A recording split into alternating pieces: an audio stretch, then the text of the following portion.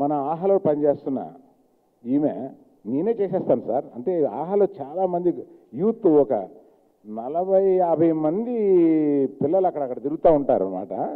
అందులో ఎదుర్కొంటా సార్ ఎందుకు సార్ నేను చేసేస్తాను సార్ మన ఆహాకి అంది. బాగా చేస్తున్నావే ఇంకా ఇంకా ఎగరాలి నువ్వు. మిమ్మల్ని అందరినీ చూసి అంతకాలం అయిపోయింది ఒక చోట ఇట్లాగా. చాలా సంతోషంగా ఉంది మిమ్మల్ని అందరినీ ఇక్కడ ఇలా చూడడం. ఇవాళ అంటే మార్చి 18వ తారీఖు తర్వాత నేను ప్రపంచాన్ని చూడలేదు. కానీ ఇవాళ అంటే 2 ప్రెస్ మీట్లు జరిగినా కూడా మీకు తెలిసే ఉంటాయి. మా ఇంట్లోనే జరిగినాయి. మా ఇంట్లో తోటలో ఒక సోషల్ డిస్టెన్సింగ్ పెట్టుకుని జరిగినాయి. కాకపోతే ఇవాళ ప్రత్యేకంగా నేను బయటికి రావడానికే డిసైడ్ చేసుకుని బయటకు వచ్చాను. దాని ప్రాముఖ్యతని ఏంటి, ఎందుకు బయటకు వచ్చారు అని చెప్తాను. ఆహా ఎప్పుడో ఫిబ్రవరిలో లాంచ్ చేశాం. ఇంత పెద్దది మేము లాంచ్ చేసినప్పుడు మాకు ఒక నిర్దిష్టమైన ప్లాన్ అది ఉండాలి కదా. సో మన ప్లాన్స్ అన్నీ పక్కన పెడుతూ కోవిడ్ వచ్చి మన మీద పడిపోయింది.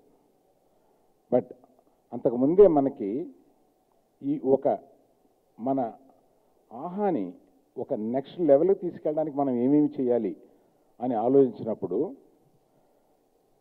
మన సమంత గారితో ఒక పెద్ద టాక్ షో చెయ్యాలి.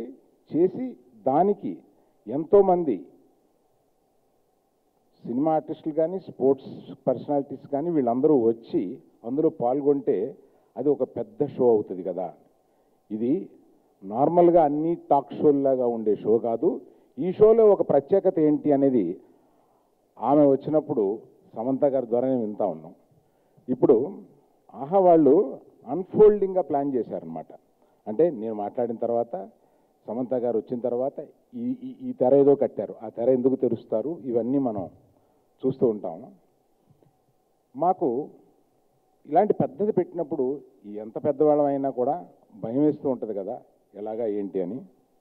అలాంటిది ఇటువంటి కోవిడ్ టైంలోనూ ఎక్కువ మేము అనుకున్న ప్రోగ్రామ్స్ ఇంకా తీసుకురాలేని టైంలోనే ఇంకా మాకు ఈ రోజుకి what is the number today as of 18 million visitors already మన వెబ్సైట్లోకి కానీ దీనికి కానీ వచ్చి చూసి దీన్ని ఆ 18 మిలియన్ ఇవాళ రీచ్ అవడం అనేది మాకు చాలా ఆనందం.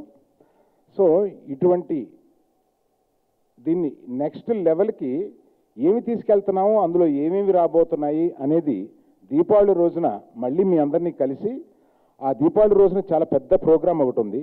ఆ ప్రోగ్రాంలో నెక్స్ట్ దీపావళి నుంచి దీపావళి వరకు ఏం చేయబోతాము అనే ఆ కార్యక్రమాలన్నీ ఆ రోజు మీకు వివరంగా చెప్తాము. కానీ ఇవాళ ఈ షో గురించి మనం అందరూ ఇక్కడికి వచ్చి కలిసాం కాబట్టి నేను అయ్యేమీ చెప్పట్లేదు, అది ఆ రోజు చెప్తాను.